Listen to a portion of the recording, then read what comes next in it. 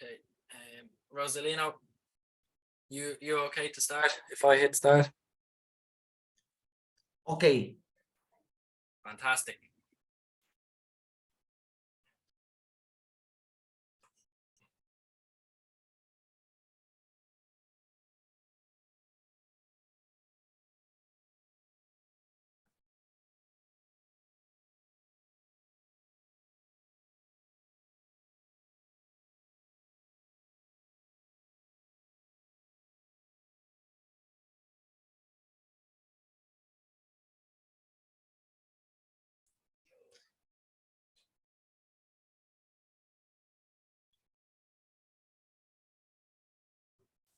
Ya estamos listos.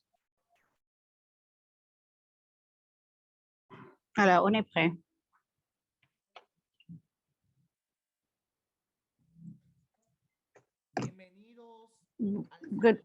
Bienvenue au séminaire web des Olympiques spéciaux, présenté par nos partenaires officiels Gallagher.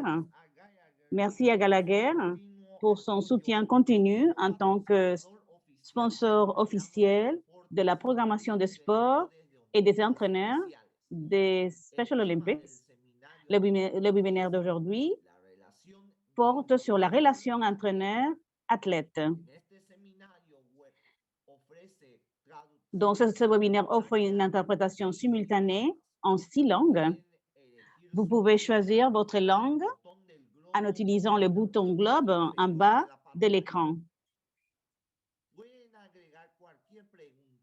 Veuillez ajouter toutes les questions que vous avez pour les orateurs ou les présentateurs dans le chat ou dans la fonction QR de questions-réponses. Pour célébrer la Journée mondiale des entraîneurs des lycées, qui a eu lieu le 25 septembre, nous voulons reconnaître le travail incroyable que les entraîneurs du monde entier accomplissent au quotidien en disant « Merci, entraîneurs ». Assurons-nous tous de prendre un peu de temps après ce webinaire pour dire merci à nos entraîneurs pour tout ce qu'ils font.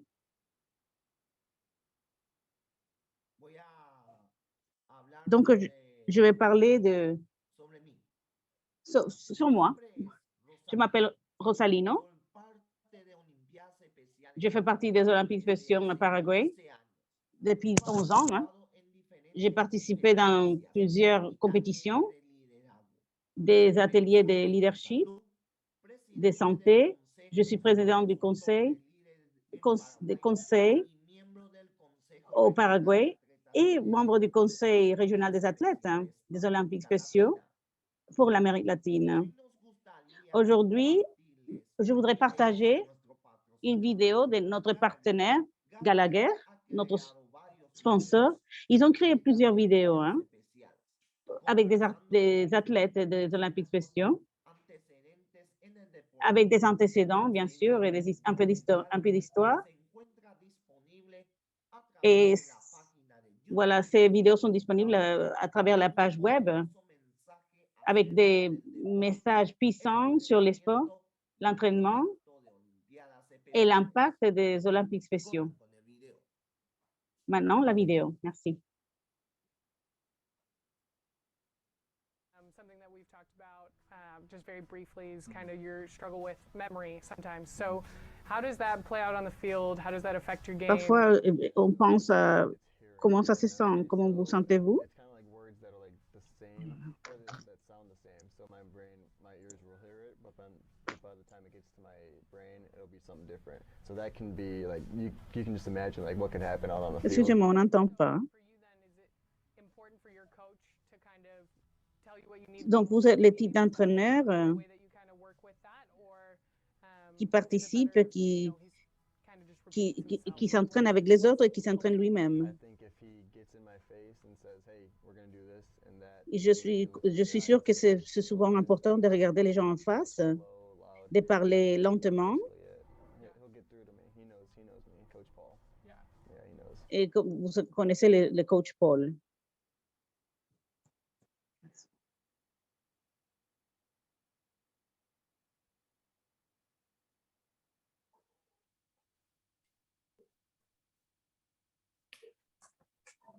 La exponente número 1 Alors, es la professeure numéro 1, présentateur numéro 1, c'est le professeur Sophia Jowett.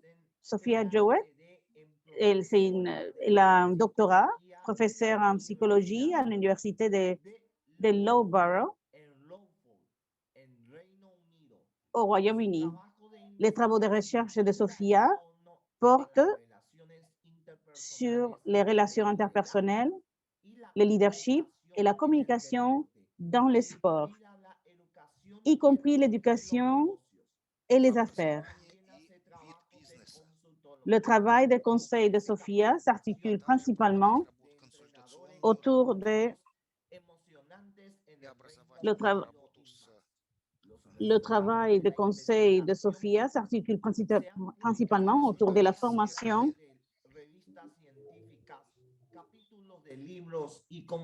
Ни в коем случае не будут investigación ha относиться formado el desarrollo de entrenadores alrededor del mundo.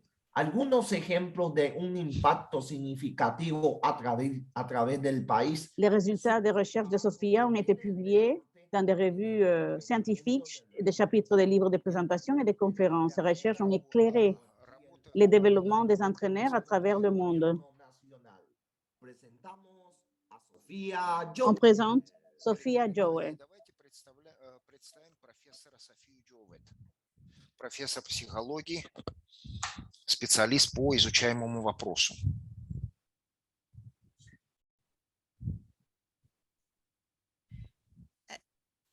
Muchas gracias, Rosalino. Thank you very much. Bonjour, merci Rosalino. За презентацию мою. And thank you so very much to Special Olympics for И inviting огромное me спасибо специальному to, Олимпийскому комитету за приглашение. present the work that I have done around coach-athlete relationships Вы over the представить past ту работу, которую я 20-25 years. проделала по теме отношений спортсменов и тренеров за последние годы. So without any further ado, I'd like to get started because there's quite a lot material to get on. So Очень много материала у меня для представления, поэтому прежде чем начать, maybe I can just pause here to ask the organizers. I can Прошу hear the Russian организаторов. interpreter, and I don't know whether that should be the case.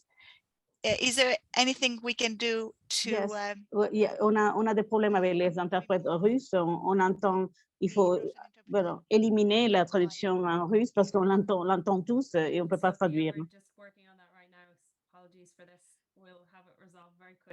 That's absolutely great. Thank you very, very much. I got a little bit distracted and I wasn't quite sure whether I should expect that or not, but thanks. Voilà, j'étais un peu distrait, je ne savais pas si ça marchait ou non. I'm sorry, the Russian interpreter, he needs to be reassigned. That's why his voice is being heard in. Voilà, le traducteur doit être réassigné. Excusez-moi, mais il doit rentrer dans le canal de traduction russe. Donc, il va être réassigné dans son canal. Alors, merci. Très content d'être ici avec vous aujourd'hui pour partager donc cette série et partager le travail qu'on a fait autour du monde en ce qui concerne les relations entre les athlètes et les coachs et partager ces connaissances qu'on a recueillies au fil des ans. Et donc, ma présentation aujourd'hui porte sur le pouvoir transformatif et la qualité et les relations coach-athlète de qualité. Alors, si on pourrait bouger vers l'autre diapo, je voudrais adresser 3 questions. Pourquoi cette relation athlète-coach est importante pour l'entraînement en général et aussi pour les athlètes? Et si cette relation est importante et quelque chose de central pour l'entraînement, à quoi ressemble une bonne relation athlète-coach? Et la dernière question que je voudrais adresser, c'est comment adresser donc des relations durables entre athlètes et coach. Alors, on va aller vers l'autre diapo et on verra donc cette première question. Alors, pourquoi cette relation est importante entre coach et athlète?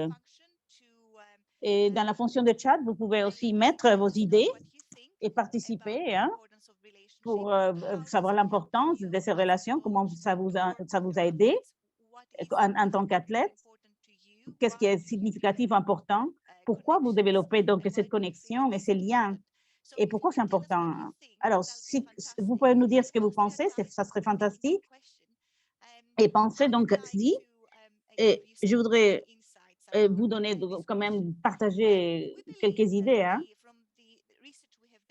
Alors, ce qui concerne la recherche qu'on a fait, la relation qu'on développe entre entraîneurs et athlètes est quelque chose de central. C'est axé sur, ça porte sur tout. C'est ce qui rend le coaching effectif et réussi. Si quelqu'un, bien sûr, ne le fait pas et cette relation est négligée, bien sûr, ça peut bien sûr nuire au développement de l'athlète et aussi au succès. Alors, peut-être que vous connaissez donc ces concepts que je vais utiliser. Alors, je vais aller vers la prochaine diapo.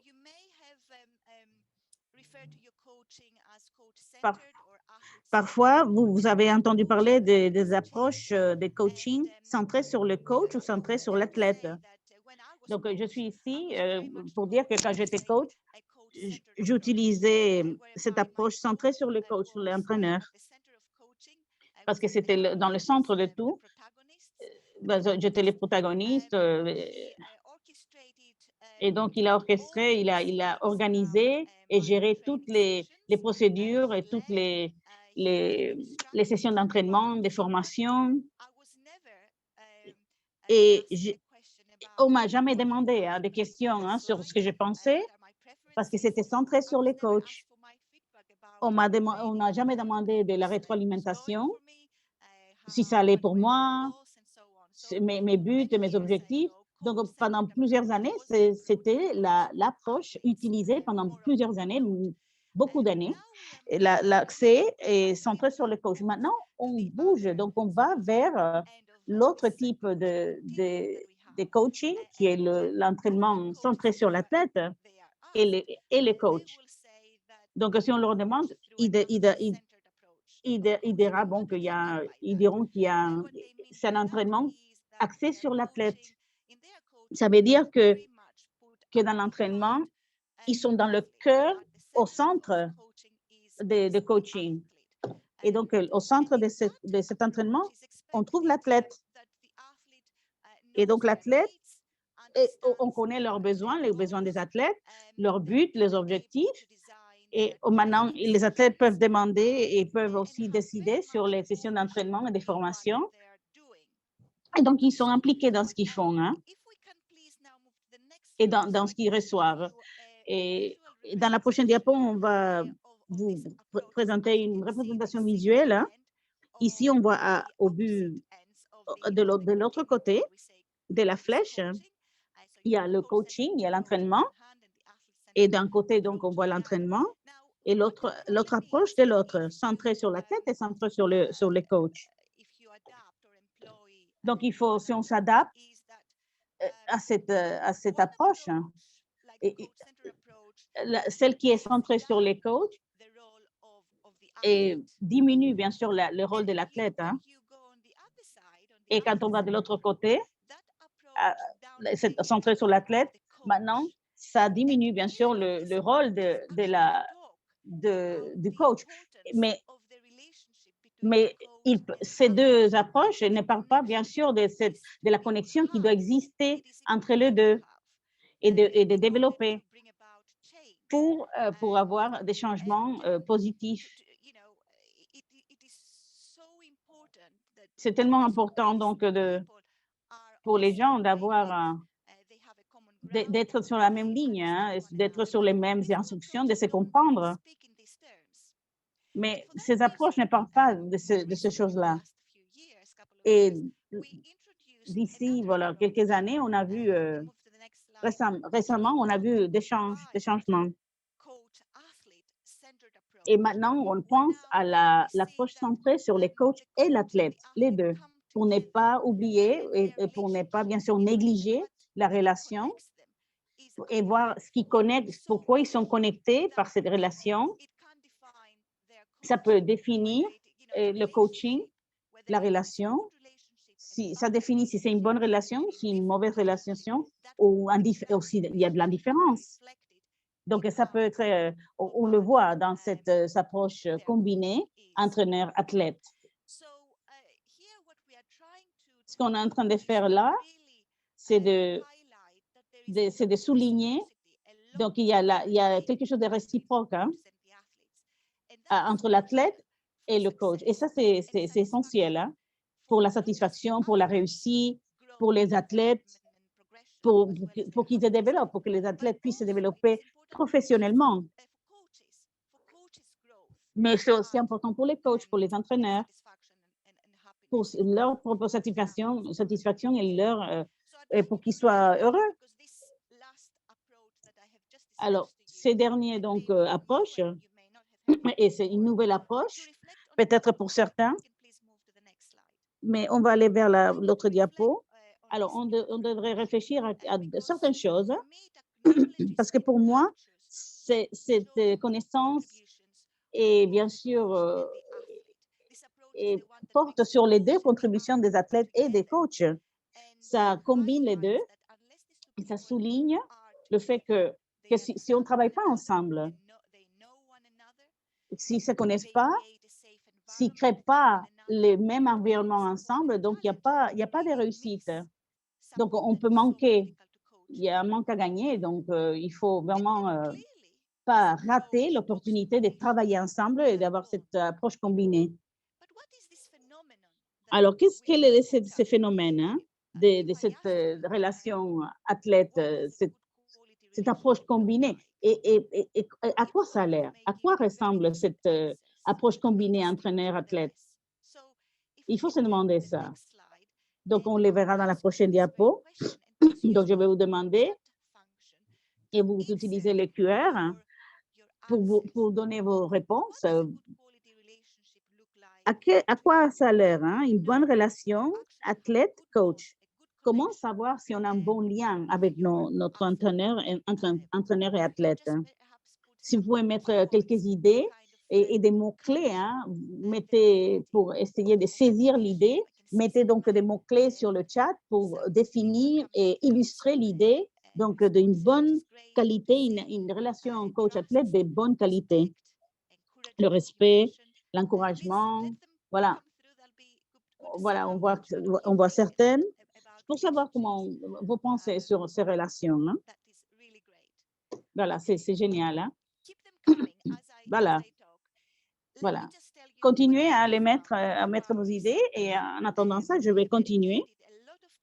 On a consacré beaucoup de temps à cette question pour saisir bien sûr ce que vous en pensez de donc cette relation athlète-coach.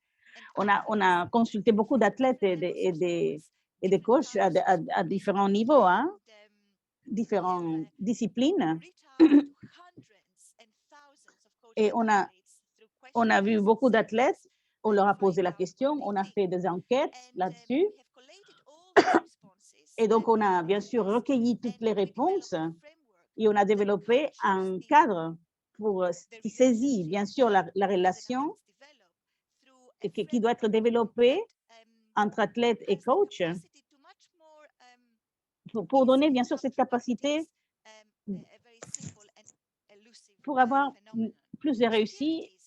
Et voilà, on la trouve ici, dans la prochaine diapo, on la voit. Et on va voir tous les points ici. Voilà, la proximité, la complémentarité. Voilà, tout est là. Alors, nos relations, il y a 3 éléments, il y a 4 éléments importants, 4 traits. Le premier, c'est la proximité. Et ça, c'est le lien affectif entre l'athlète et les coachs. Voilà, leurs sentiments, leurs émotions. Et vous l'avez souligné hein, maintenant, qu'il y a 4 propriétés affectives en ce qui concerne ça. Le respect, l'appréciation, la sympathie et le respect, la confiance, le respect, l'appréciation et la sympathie. Donc, la confiance, respect, appréciation et sympathie, ça, c'est les composants de cette proximité. Hein.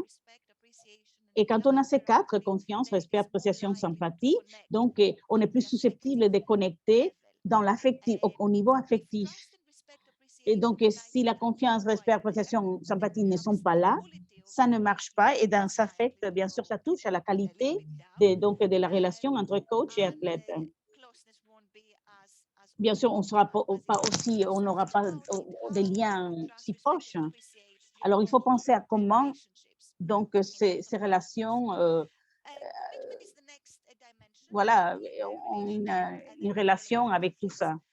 Alors, l'engagement est important aussi, hein. C'est le désir et les intentions pour maintenir une bonne relation ou une relation proche et durable avec les athlètes. Ça, c'est le lien et voilà, colle qui les maintient ensemble, hein. Surtout pendant les moments difficiles, hein. Quand ils se sentent fatigués, quand ils ont complètement à bout des forces, quand ils sont à bout des forces, donc et ça affecte bien sûr la performance.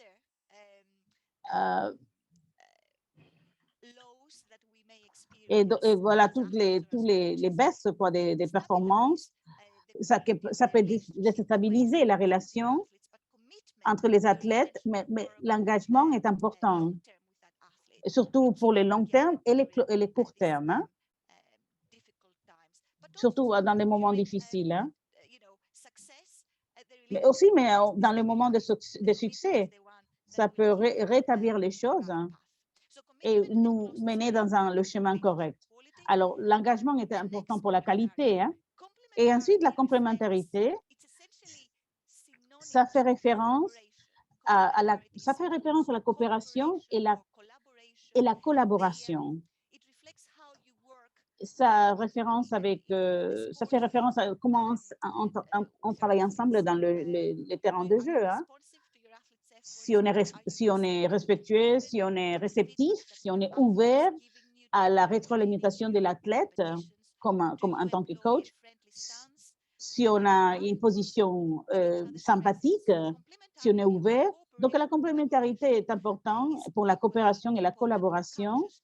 Et ça saisit bien sûr les comportements, hein, des personnes. Hein. Et pour les changements des comportements sont très importants.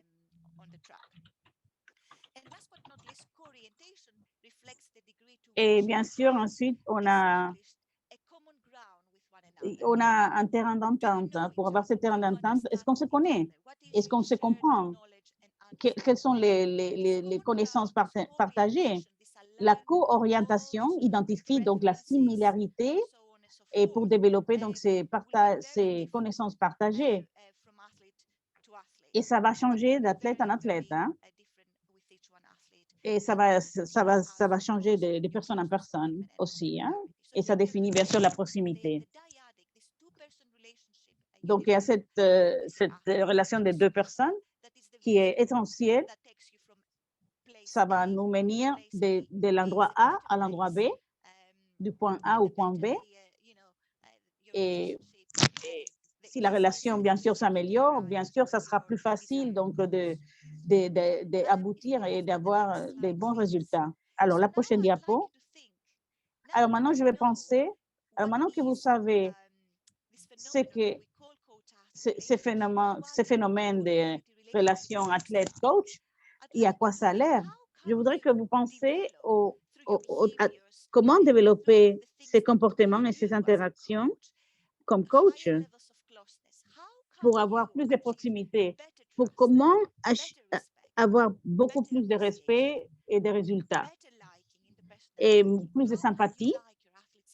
Comment on peut arriver à avoir plus de sympathie pour nos athlètes? Comment développer cette proximité et ces liens beaucoup plus proches? Comment on souligne donc cet engagement? Comment développer cette orientation à long terme envers les athlètes et auprès des athlètes? Et comme athlète aussi, hein, il faut être honnête, l'athlète va avoir ses propres idées et perceptions sur les choses. Donc, il faut assurer que les athlètes soient en même ligne avec nous, qu'ils soient sympas avec nous aussi, qu'ils nous aiment. Alors, comment assurer ça? Alors, cette complémentarité nous aide comment aider et assister et travailler mieux avec donc, les athlètes et développer cette entente. Alors, si on a plus d'entente, ça améliore tout. Hein? On n'a pas le temps pour rentrer dans tous les détails, bien sûr, mais on sait que vous avez vos propres pensées, bien sûr, mais alors, je vais vous donner quelques exemples hein, de comment améliorer donc cette proximité et tout ça. Alors, être honnête, soyez honnête, être confiable, être cohérent pour la proximité, pour développer cette proximité, parler du fond du cœur, hein, parler de vos sentiments. Hein, et il faut avoir des programmes individualisés pour les athlètes aussi, pour savoir, bien sûr, les capacités, les compétences. Et il faut bien sûr fixer des buts et des objectifs très clairs. Hein. Et en ce qui concerne l'engagement, il faut les impliquer dans les processus de prise de décision. En ce qui concerne la complémentarité, il faut travailler ensemble et maintenir la communication et les feedbacks ouverts, hein, et que ça soit pour avoir plus d'impact. Hein. Appuyer les athlètes, mais il faut aussi les défier. Hein. Mais il faut considérer pour qu'un environnement soit ouvert, hein, pour qu'il y ait cette communication. Il va falloir bien sûr qu'on ouvre donc tout pour que les athlètes nous soutiennent aussi comme coach. En ce qui concerne la co-orientation, il faut demander des questions, poser des questions, avoir des buts communs, des intérêts communs et des préférences communes. Hein. Voilà. Et la prochaine diapo, voilà, on vous fait une invitation. Et alors, les 3+1, c'est C, hein, le commitment, engagement et tout ça, l'engagement. Il faudrait que vous voyez maintenant les relations avec vos athlètes. Donc, on vous invite à faire cette transférence des connaissances à la pratique. Est-ce que vous coopérez bien avec eux? Est-ce que vous avez une bonne communication avec eux? Et pensez aux athlètes avec lesquels vous avez moins de connexion ou avec lesquels vous n'êtes pas aussi proche. Qu'est-ce que vous pouvez faire pour développer des meilleures structures et des meilleures relations et rapports avec ces athlètes? Alors, comment vous faites pour avoir de meilleurs rapports? Par exemple, leur demander comment ils vont, leur donner l'opportunité de vous donner de la rétroalimentation, donner des instructions, mais aussi les inviter à parler, les inviter à les impliquer et montrer votre intérêt. La prochaine diapo. Et alors, je voudrais conclure, j'aimerais avoir plus de temps, hein, mais pour donner plus de détails, mais quand même, mais j'espère que vous avez quand même gardé quelque chose de valeur. Mais la qualité de la relation coach-athlète peut être puissante et un véhicule puissant. Hein? Ça alimente, bien sûr, la communication interpersonnelle. C'est pour nous mener du point A au point B. Ça peut vraiment faire ça. Ça peut alimenter donc cette communication et ses résultats. Il faut maintenir la communication et le canal de la communication ouverte. Hein? Comme ça, l'environnement va changer, l'environnement social, sportif va changer et ça va être beaucoup plus productif. Merci.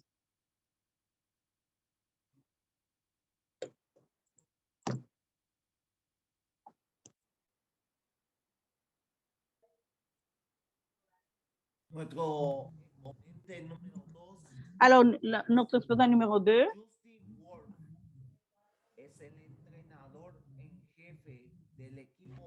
alors, entraîneur en chef de l'équipe allemande, à des équipes de ski alpin, présentateur numéro 2. Il travaille dans l'équipe d'Allemande de ski alpin depuis 2011 et travaille à plein temps avec le Comité national paralympique et l'Association allemande de sport pour handicapés. De 2005 à 2011, il a été entraîneur de ski alpin pour les clubs de ski et l'équipe U18 de l'Association de ski régionale SWAB de ski alpin. Il est diplômé en sciences du sport et en journalisme sportif. Justus a été également, il a également reçu certains prix, par exemple le prix de l'entraîneur de l'année 2015, décerné par la Confédération allemande des sports olympiques, et entraîneur de l'année 2019 de l'association sportive régionale. Et donc, on présente Jules Wolf, Justus Wolf.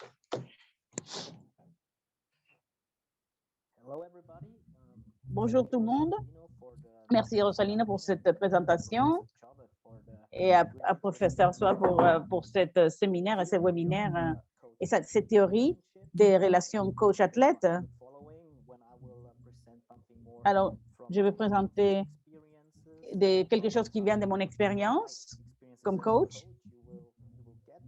Et donc, vous allez voir beaucoup d'expériences personnelles. Et bien sûr, les choses que j'ai mis en pratique.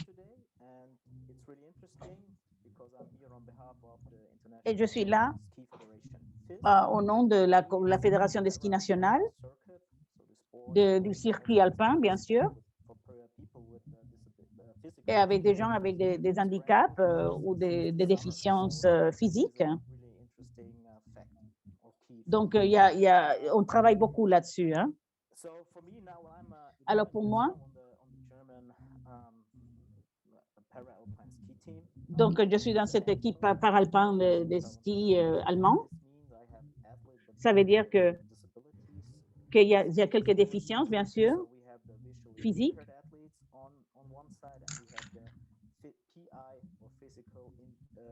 Donc, il y a ceux qui sont les déficiences physiques et les autres. Il y a des gens qui ont souffert, bien sûr, des accidents, des amputations. Il y a des athlètes qui sont assis ou qui ont perdu leurs deux jambes, par exemple. Des athlètes qui ont perdu leurs deux jambes. Donc, ils ont des déficiences physiques. Et il y a besoin de traitements et individuels. Donc, il y a les coachs des Special Olympics. Il y a bien sûr des gens qui ne sont pas liés à la fédération qui nous aident. Ils travaillent avec nous sur le terrain. Et aussi pour la socialisation des athlètes. Ou pour l'environnement de l'athlète aussi, hein, qui travaille là-dessus.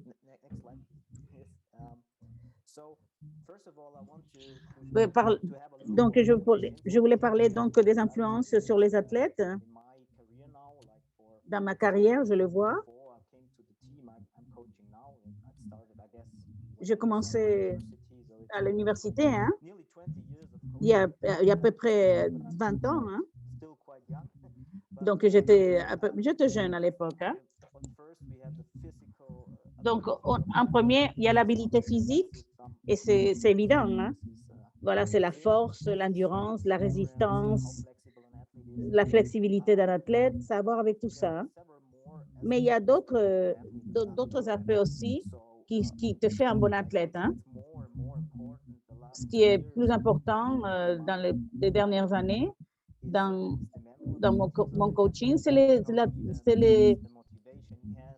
pas seulement la motivation, mais c'est la capacité mentale des athlètes. Ça devient très important. Donc, la force compétitive est très importante dans certains sports. Ça fait la différence avec les bons athlètes et l'habilité de transférer l'entraînement et la performance et pour être beaucoup plus compétitif. Hein. Donc, c'est important dans le quotidien de l'entraînement. Créer donc des situations où on va simuler ce qu'on trouve dans les terrains de jeu pour avoir une meilleure performance. Ensuite, il y a l'équipement.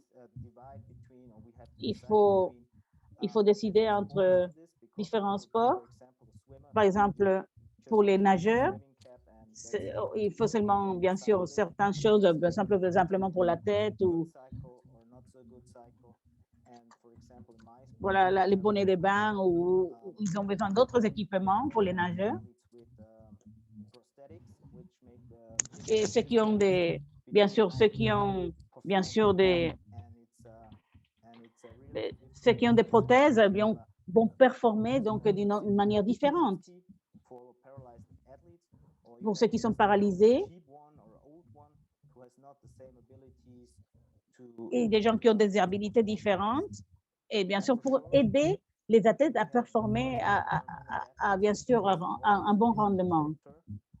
Donc quelque chose qui est clé aussi, l'expérience bien sûr, les personnes environnement, l'expérience qu'ils ont avec les collègues, avec les athlètes, avec la famille est très important. C'est un facteur clé, hein? Et c'est une des parties les plus grandes dans le développement de l'athlète, hein? L'environnement personnel, hein? Et l'environnement de l'entraînement. Et voilà, ça c'est la partie qui m'intéresse le plus. Et donc, c'est l'environnement des formations. C'est là où on crée la formation, là où on crée, on sait combien d'athlètes on va entraîner et former. Bien sûr, bien sûr aussi les installations où on fait, bien sûr, les entraînements et la formation sont importants aussi.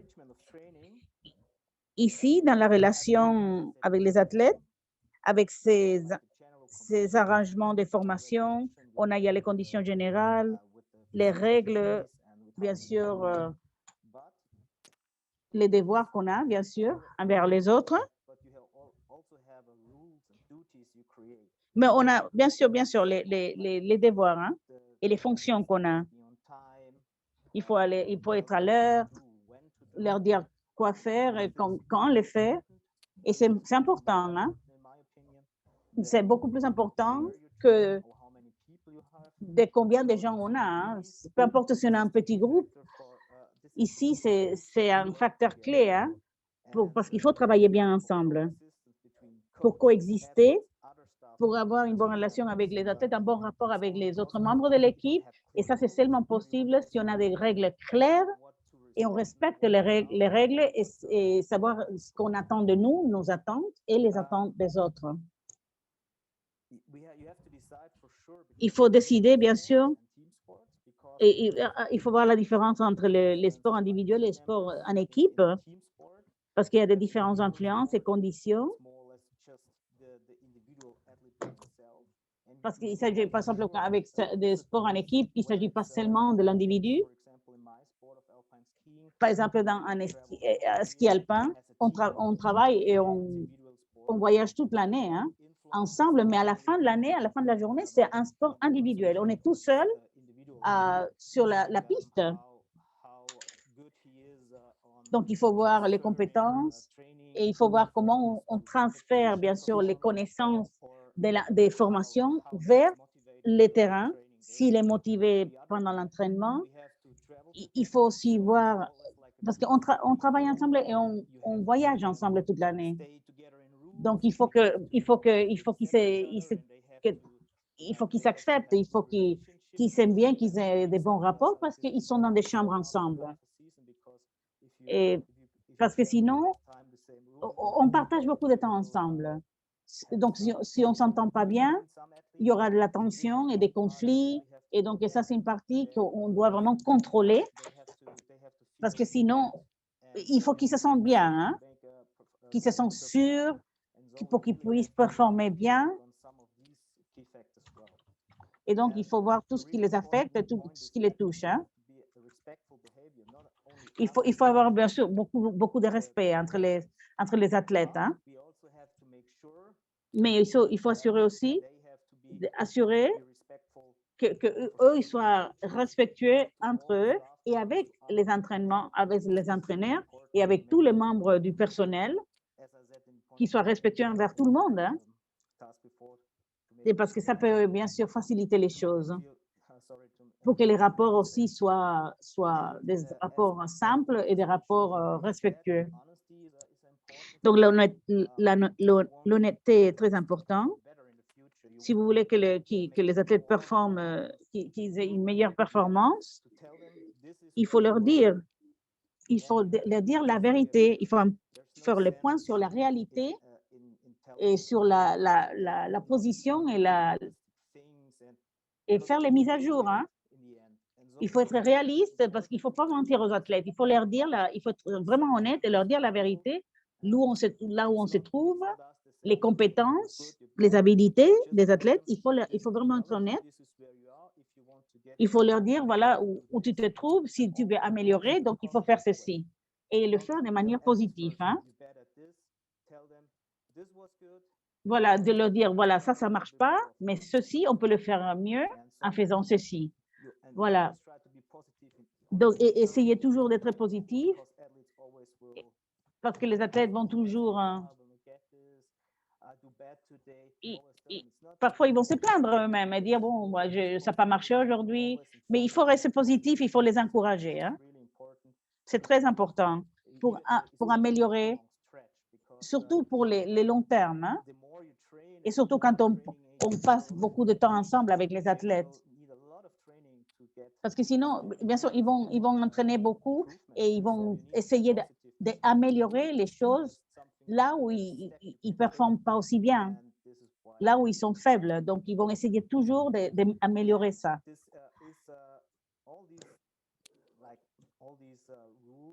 Et donc, toutes ces règles et tous ces points sont applicables à tous les membres du personnel. Hein? Donc, on n'est pas tout seul avec un athlète, on a d'autres collègues, on a d'autres coéquipiers. Donc, il faut assurer que ces règles soient respectées par tous et que tout le monde les connaisse. Et les règles à suivre pour, bien sûr, réussir et avoir les objectifs remplis. Alors, un petit rappel pour vous comme coach. Voilà, vous dire ce qui est important dans l'entraînement quotidien, dans la saison et dans votre travail avec les athlètes. Hein. Il y a des choses à rappeler. Hein. Il faut penser à certaines choses tout le temps. L'environnement de formation doit être un endroit sûr parce qu'ils vont améliorer seulement quand ils sont relaxés, quand ils se sentent sûrs. Il faut bien sûr ne criez pas après les athlètes. Ça, c'est une règle dorée hein, de base. Hein. Il ne faut pas crier après les athlètes. S'il y a beaucoup de cris, ça, bien sûr, il faut être positif parce qu'il faut rester positif. Il faut expliquer là où ils se trouvent, là où ils doivent aller. Les athlètes font des erreurs, mais pas de manière exprès. Donc, parfois, on se sent un peu émotionnel, mais c'est pas bien. Mais c'est pas bien si les athlètes, si on crie, si on est fâché, parfois ils pensent qu'ils ont fait quelque chose de mauvais et donc ils vont pas améliorer de cette manière. Donc il faut rester calme et il faut pas crier. Et donc ils font pas d'erreur exprès. Hein. Ils vont essayer toujours d'améliorer et d'avoir une meilleure performance. Donc, c'est notre travail de le faire améliorer pour une meilleure performance. Donc, il faut garder ça en tête. Hein? C'est difficile aussi s'il y a la sympathie ou l'antipathie, bien sûr, soyez juste. Hein?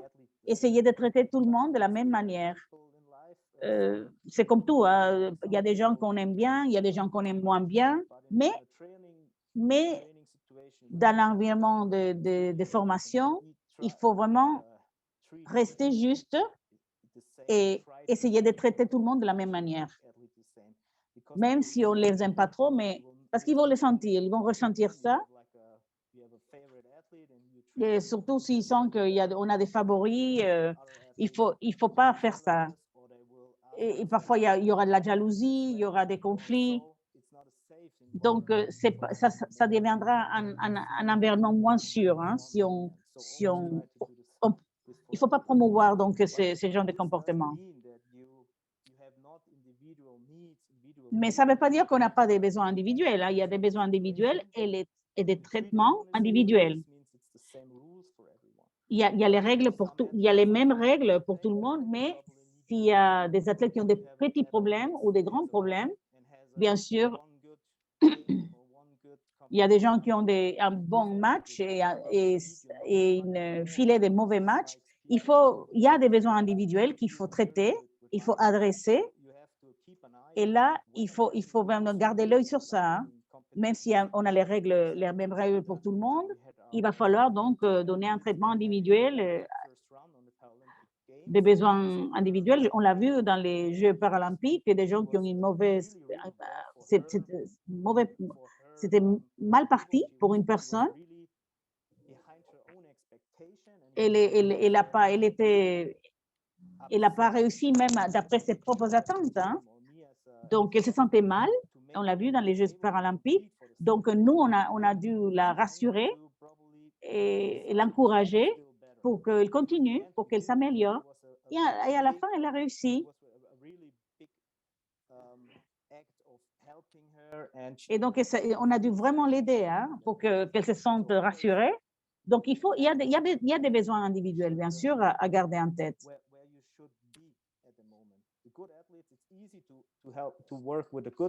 C'est facile de travailler avec de bons athlètes. Mais si comme coach, on est en train d'entraîner les gens et il y a des gens, il y a des problèmes de développement ou de performance, il faut vraiment garder l'œil sur ça, sur ces besoins individuels. Et bien sûr, la partie la plus importante avec les athlètes et même avec l'équipe, c'est la communication qui est clé. Il faut leur dire ce qu'ils doivent faire, quand le faire, les attentes qu'on a. Comme coach, hein, on a des attentes. Comme leader, on a des attentes. Et il faut dire aussi au personnel ce qu'ils doivent faire, hein, pour une bonne performance. Et c'est important parce que si on ne leur dit pas, s'ils ne savent pas, et ils ne peuvent pas avoir une performance adéquate. La prochaine diapo. Alors, quelques défis. Alors, depuis quelques années, il y a eu des défis, hein, et des conflits. Hein. Comme coach, on l'a vu. Alors, pour mon expérience, j'ai eu certains problèmes. J'ai à peu près 40 ans, donc je suis toujours jeune. Hein, mais on a des conflits avec ce qui concerne l'âge, les générations, des conflits, ce qu'on appelle génération, les conflits des générations, les médias sociaux, l'utilisation des cellulaires, des téléphones portables. Il y a des régimes alimentaires que parfois on ne comprend pas bien, mais il y a des besoins aussi. Hein, donc, ça change. Donc, il y a des conflits, des générations. Hein, il faut respecter qu'on fait partie d'une autre génération. Ce n'est pas toujours facile, mais parfois on ne peut pas satisfaire aux besoins de tout le monde. Mais, comme je dis, il faut être respectueux. Il y a des régimes alimentaires à respecter. Et il y a les médias sociaux, ils interagissent différemment à nous. Hein, on fait partie de notre génération. Il y a des besoins individuels. Bien sûr, avec les coronavirus, on l'a vu aussi, les besoins. Mais, donc, il faut des règles claires. Hein. Même s'il y a des besoins individuels, même s'il y a la sympathie ou l'antipathie, il faut des règles pour les portables. Parce que dans notre environnement, il faut vraiment se concentrer sur l'entraînement. Donc, se distraire trop, ce n'est pas bien. Donc, il faut des règles claires sur quand utiliser les portables, quand utiliser les médias sociaux. Mais il faut leur expliquer, hein, que parfois, il faut le temps pour avoir ses focus, se concentrer sur l'entraînement. Et donc, les distractions ne sont pas bien. Donc, il y a des challenges, des défis comme la sympathie ou l'antipathie. Parfois, il s'agit de la communication. Parce que parfois, les athlètes ne comprennent pas ce qu'on dit. Donc, il faut réexpliquer les choses. Il s'agit donc pas seulement de la sympathie et l'antipathie. Hein. Il faut s'assurer qu'ils comprennent. Donc, là, si on a une bonne équipe ou une grande équipe, il faut toujours communiquer correctement avec tout le monde.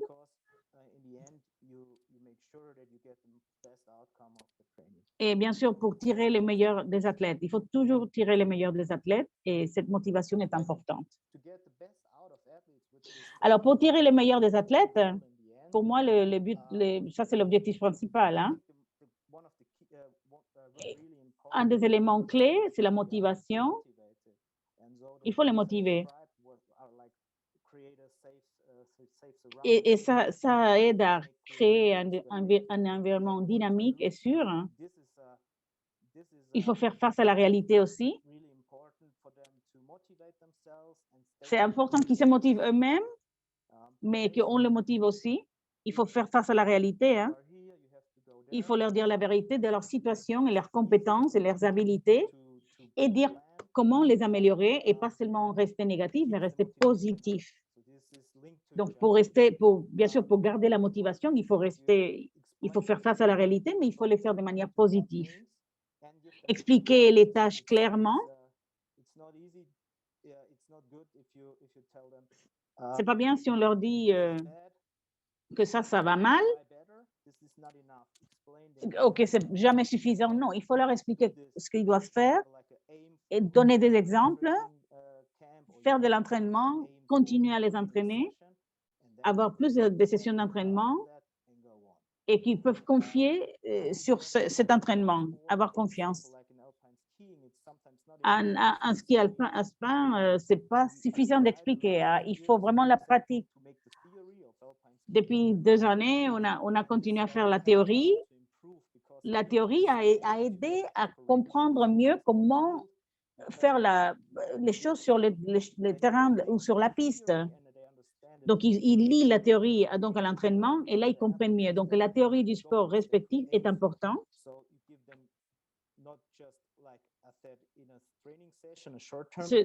Donc, on leur donne des buts de long terme et de court terme. On leur donne des exemples. Et donc, on leur donne la théorie du sport. Et les attentes d'ici à 1 an, à 2 ans, à 5 ans. Hein? Donc, on cible, les cibles sont claires à court terme, moyen terme et long terme. Hein? Donc, il faut des cibles claires, court terme, moyen terme et long terme. Il faut aussi la structure et la fiabilité. La structure et la fiabilité sont très importantes.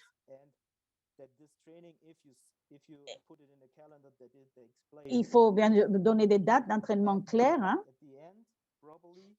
parce que sinon, parce qu'une des choses les plus difficiles, c'est que nous, les coachs, devons être des modèles, hein? Role model. Nous, les coachs, devons être des modèles. Donc, ça, c'est une des parties les difficiles. Donc, il faut rester positif, il faut rester compétent et il faut leur montrer qu'on travaille et qu'on veut travailler avec eux et qu'on a une bonne éthique de travail. Parfois, ce n'est pas facile parce que nous, on peut avoir des mauvais jours aussi. Hein? Et parfois, on a cette attente qu'ils soient motivés, qu'ils performent bien. Alors, voilà, merci. Voilà, ça, c'est quelques expériences à moi comme coach. Voilà, merci. Et que je voulais partager avec vous.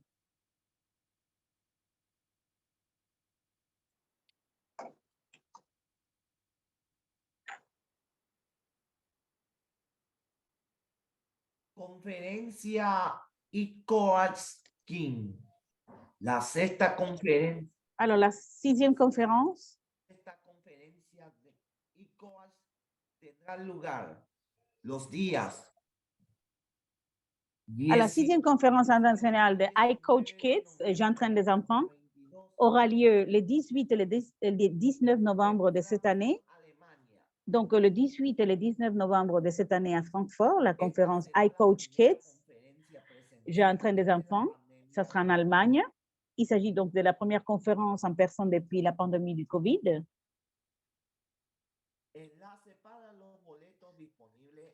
Alors, les liens vers les billets est dans le chat. Et voilà. Alors, des ressources. Alors, Special Olympics, les Olympiques spéciaux offrent un certain nombre de ressources fantastiques pour les entraîneurs, pour qu'ils continuent d'apprendre et améliorer leurs connaissances et leur entraînement. Les portails d'apprentissage en ligne de Special Olympics proposent un grand nombre de cours liés à l'entraînement, liés aussi à la forme physique, à la santé et au comportement de protection. Donc, assurez-vous d'aller suivre ce cours et d'apprendre beaucoup d'informations précieuses sur le métier d'entraîneur. Les liens vers le portail d'apprentissage en ligne se trouvent dans le chat.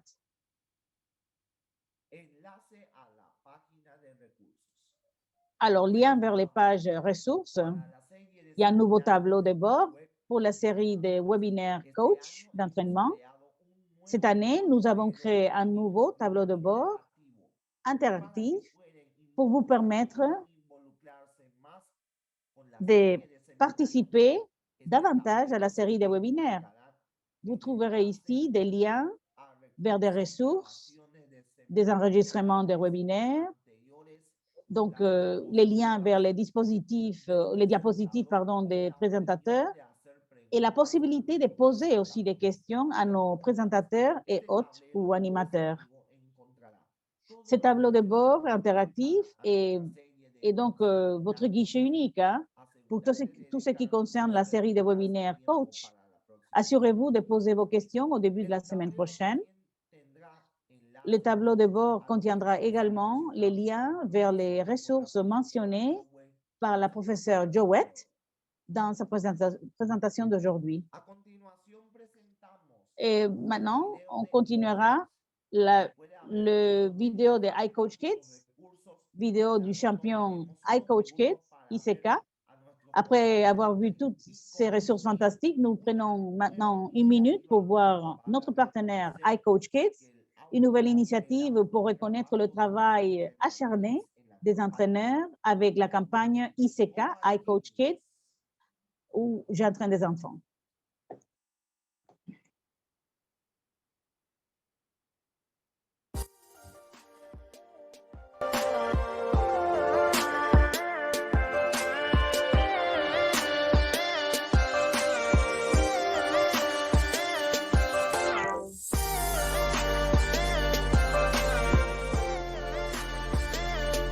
Ils ont droit au changement, à l'intégration, à être reconnus. Voilà les champions.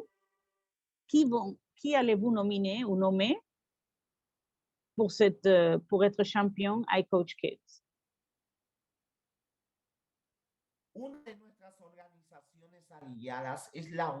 Une autre de nos organisations partenaires, c'est l'Université John Moores de Liverpool, qui mène nos recherches sur l'entraînement des Special Olympics, Olympiques spéciaux. Si vous souhaitez participer à cette recherche, veuillez contacter mademoiselle ou madame Amy Hardwick via l'adresse email à l'écran, voilà que vous voyez là. Alors, le prochain webinaire sera notre dernier de la série webinaire Coach 2022. Donc, c'est le dernier séminaire d'entraînement. Le webinaire portera sur des sujets d'entraînement sportif pour que ces entraîneurs sportifs les choses qu'ils doivent savoir sur la santé et la forme physique. Les webinaires seront animés par le fantastique Gilmore Board des Special Olympics, Malte. Et nos conférenciers seront Monica Forquet et Tom Norton. Merci encore à notre partenaire Gallagher pour son soutien à la série des webinaires de nos entraîneurs des Special Olympics 2022. Inscrivez-vous maintenant si vous ne l'avez pas fait pour ne rien manquer. Et voilà les liens vers l'inscription sur le chat.